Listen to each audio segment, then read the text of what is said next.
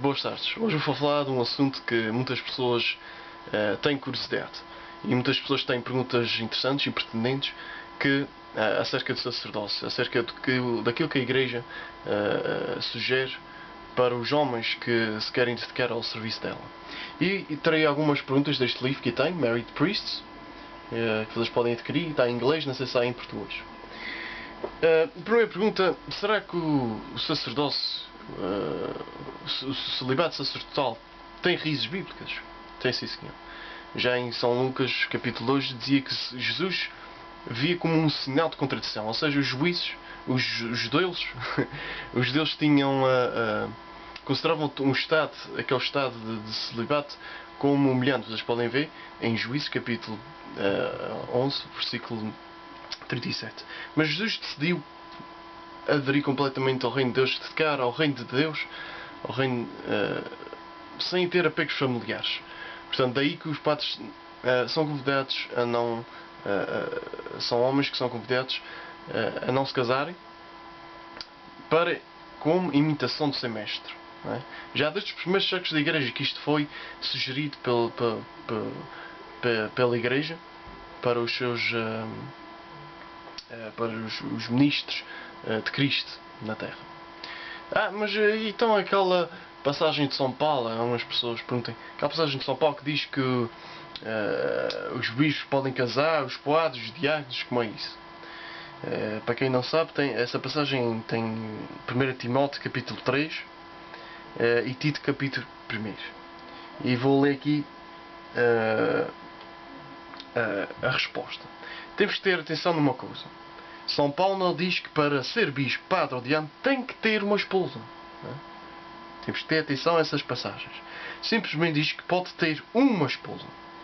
Depois da esposa morrer, não era permitido recasar. Nos primeiros anos da Igreja havia escassez de homens solteiros para o ministério. Daí que no princípio era permitido o clero casar. Também em dois documentos do Papa Cerício, que é do século IV, revela que o clero casado tinha que praticar perfeita continência. Ou seja, casavam-se, mas não tinham qualquer relações sexuais com as suas mulheres. Então depois o clero começou a dizer: para que o padre há de se casar com uma mulher se depois não é para ter relações sexuais, não é? Se não era para gerar filhos. Então acabou-se com essa disciplina da Igreja. Até São Paulo até de permitir que o clero fosse casado, tinha mais vontade de que os homens fossem como ele,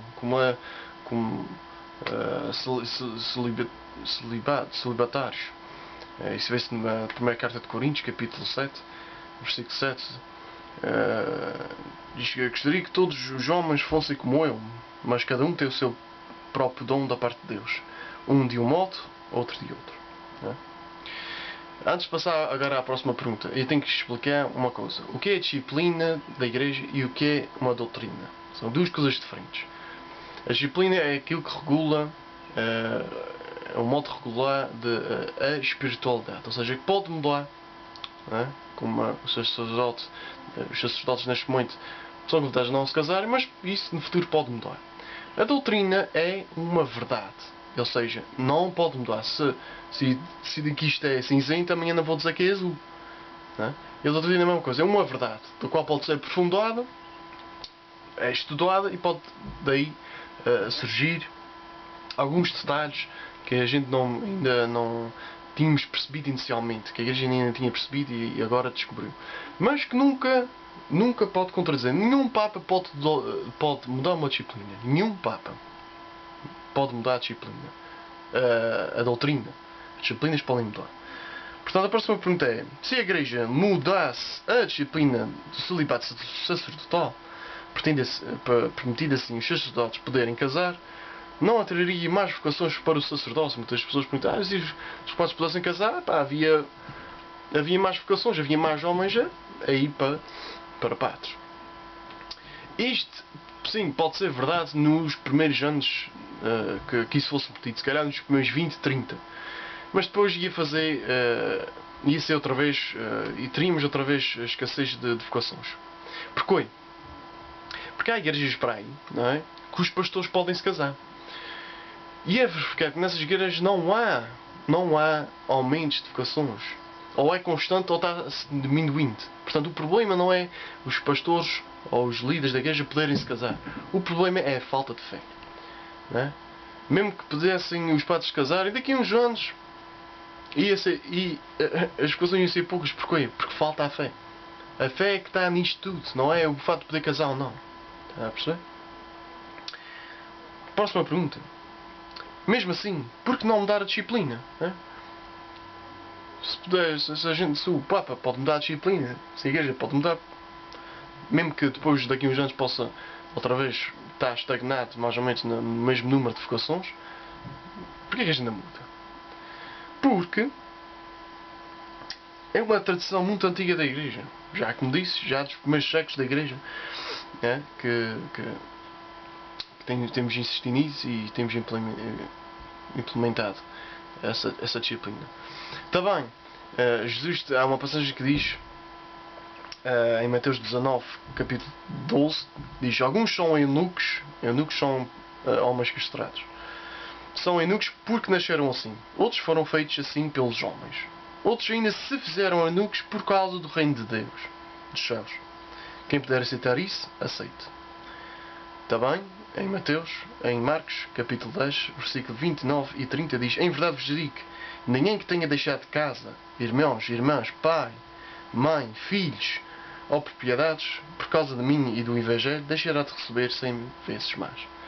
Portanto, é como que essas pessoas serão recompensadas se deixar tudo para trás, incluindo mulher. Né? E até que muitas pessoas não sabem, mas os padres são casados. São casados com a igreja. Vocês olhem para a mão do padre, vejam lá se não tem lá um anel. O padre é casado com a igreja. É inteiramente dedicado aos seus fiéis, aos seus paroquianos e, claro, a toda a igreja que Cristo tem na Terra. Depois outra pergunta. O celibato não perturba a pessoa psicologicamente e emocionalmente? Há muitos psicólogos aí que dizem isto é coisa de rejeitar os apetites sexuais, isto e aqui, isto faz mal à pessoa, não sei o quê. E vou dizer a resposta que está no livro. Muitos psicólogos dizem que não é natural recusar a exploração sexual. Querem-me dizer que o que Jesus fez não foi de modo natural? Atenção a isso. Gandhi e Dalai Lama também fizeram. Para eles não era natural. Esses grandes líderes. O problema é que nos nossos dias temos a idolatria de corpo, como o Papa Francisco uma vez disse. Idolatria de corpo. Daí que o celibato é uma provocação à maneira de vermos a sexualidade hoje. Quando a pessoa está em paz consigo própria, tudo o que faz é-lhe natural. Daí que muitos padres não sentem-se irrealizados com o seu serviço à igreja. Se a gente está bem com nós próprios, com aquilo que a gente faz em favor da igreja, não há problema nenhum. As perturbações em vários padres são mais devidas à erosão espiritual, não ao celibato. Pelo contrário, induz mais autocontrole e equilíbrio na pessoa. Tal coisa, outra vez, falta de fé. Outra pergunta. Mas então o que dizer dos casos de pedofilia e alguns padres andarem com mulheres às escondidas? Se a igreja permitisse que os padres casassem, nada disso aconteceria. Isso é mentira. Porque a pedofilia tem a ver com o celibato. Porquê? Porque há muitos casados. A maior parte dos pedófilos são pessoas casadas, são pessoas de família, são pessoas que estão com outra pessoa. A gente ainda vai agora dizer, então é o casamento que faz mal à pessoa e que faz com que a pessoa vá ser pedófila. Não faz sentido nenhum, não é? É a mesma coisa que eu posso saber, não tem qualquer ligação para nada. Esses casos são normalmente causados com fatores como a infância que a pessoa teve, o amor pela igreja, a oração frequente, a fadiga física e psicológica, o excesso de estimulação visual, a internet, a televisão, etc., revistas, o abuso de substâncias, álcool, tabaco, comprimidos, drogas. As vezes também se contam de casos de pedofilia da Igreja Católica, fazem parecer ao público que a Maria de Clare é pedófila. Não é? Quando a gente ouve, é sempre, quando há nas notícias casos de pedofilia de padres, é sempre para a Igreja Católica.